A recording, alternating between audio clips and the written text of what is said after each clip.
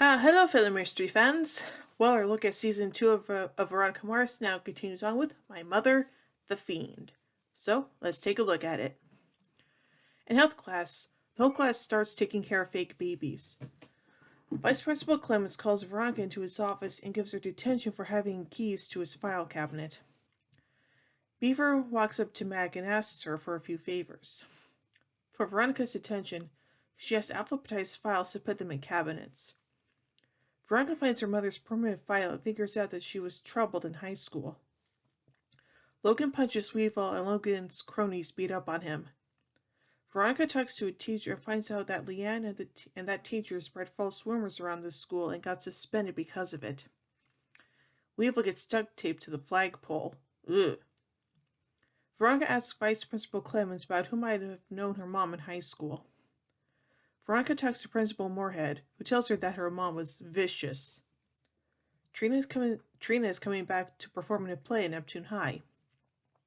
Kendall tries to seduce Duncan again. Ugh. Trina meets Kendall, and the interaction is rife with sarcasm. Veronica looks at her mom's yearbook and eventually tracks down one of her mother's old friends, who provides more information on the love triangle between Celeste, Jake, and Leanne. Veronica asks Keith about Leanne's suspension, which he thinks was about spreading a rumor that Celeste was pregnant. Keith says that he doesn't know anything about it. Trina slips and falls during a play rehearsal. Beaver meets with Kendall and confronts her about selling her father's possessions for little money. Beaver gives her his plan, which involves her being the face of his business idea. Keith checks the birth records to find that no baby was born to either Cain or Carnathan, Celeste's maiden name, at that time. However, he finds a mysterious baby found in the girls' bathroom at the Neptune High prom. Veronica badmouths Celeste in Duncan's room before Celeste comes in, and Veronica learns that Duncan never told his parents about their relationship. Uh-oh. Celeste insults Veronica's mother, and Keith deduces that Celeste's cleaning lady, Astrid, is probably her daughter. Bum bum bum. Weevil confronts Logan angrily, and they fight, despite agreeing that they need to team up to find out who actually killed Felix. Max shows her work to Beaver, which involves his new business project. Veronica, under a disguise, meets with the prom baby's temporary foster mom. Veronica learns that the baby's foster mother committed suicide and her father was in jail, hinting that the baby is Trina Eccles. Bum bum bum. Veronica talks to Trina and tells her the news of her parentage. Trina actually wants her story to go to the tabloids. However, a deaf lunch lady storms in and says that she's actually Trina's mother. The lunch lady says that Leanne was a friend who covered up her pregnancy to protect her. Trina's father is Principal Moorhead, and Trina confronts him about leaving her at the prom in front of many faculty. Veronica finds the dead rat that Keith picked up at the bus. Veronica finds out that Vice Principal Clemens deliberately gave Veronica her detention task so that she would find her mother's permanent file and expose Principal Moorhead, leaving Clemens to be promoted to principal. Veronica picks up Abel Kuntz's belongings and walks into Meg's room and discovers that Meg is pregnant. Dun dun dun! And now on to the production of this episode. Directed by Nick Mark, My Mother the Fiend was written by Phil Klemmer and Dinah Lynn North. This marks Klemmer's 8th writing credit, the 5th and penultimate writing credit for North, and Mark's 7th directing credit. Despite being credited, Wallace, Dick, and Jackie do not appear in the episode. Among the episode's guest stars were Allison Hannigan and Charisma Carpenter, who played Trina Eccles and Kendall Casablancas respectively. The two previously starred together in Buffy the Vampire Slayer, with Hannigan playing Willow Rosenberg and Carpenter playing Cordelia Chase. Although the two characters had appeared previously, they never shared a scene together. Jason Doring, who portrays Logan, stated that he had a special connection with Hannigan on set. Quote, "We get together and just tease each other. She sucker punches me. There's just a total, I don't know, we have a sister-brother thing going on.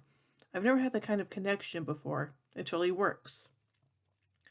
Doring also noted that Hannigan responded strongly to any spoilers that she was given during the filming of the episode. My Mother the Fiend also marks Hannigan's third and final guest appearance on the show. Hannigan was open to appearing in another episode, but she was unsure whether or not her busy schedule would allow it.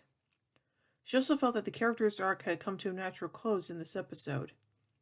In an interview, Rob Thomas said that due to her busy schedule, it was difficult to write an episode featuring Hannigan. On Hannigan's role in the episode and future availability, Thomas commented, "Well, to work around Allison's schedule is really difficult for us. It's hard to plan to write an episode with Allison in it because we don't know exactly what her free days are. And in the episode that we did with her, there was a huge kerfuffle. We actually had to slide that storyline in one episode down from when we originally wrote that. We loved having Allison in the show, and I'm sure we will again someday, if she's willing, because we've had a lot of fun with her. We have nothing booked with her right now." The episode also features a reappearance by Celeste Kane, a recurring character during the first season.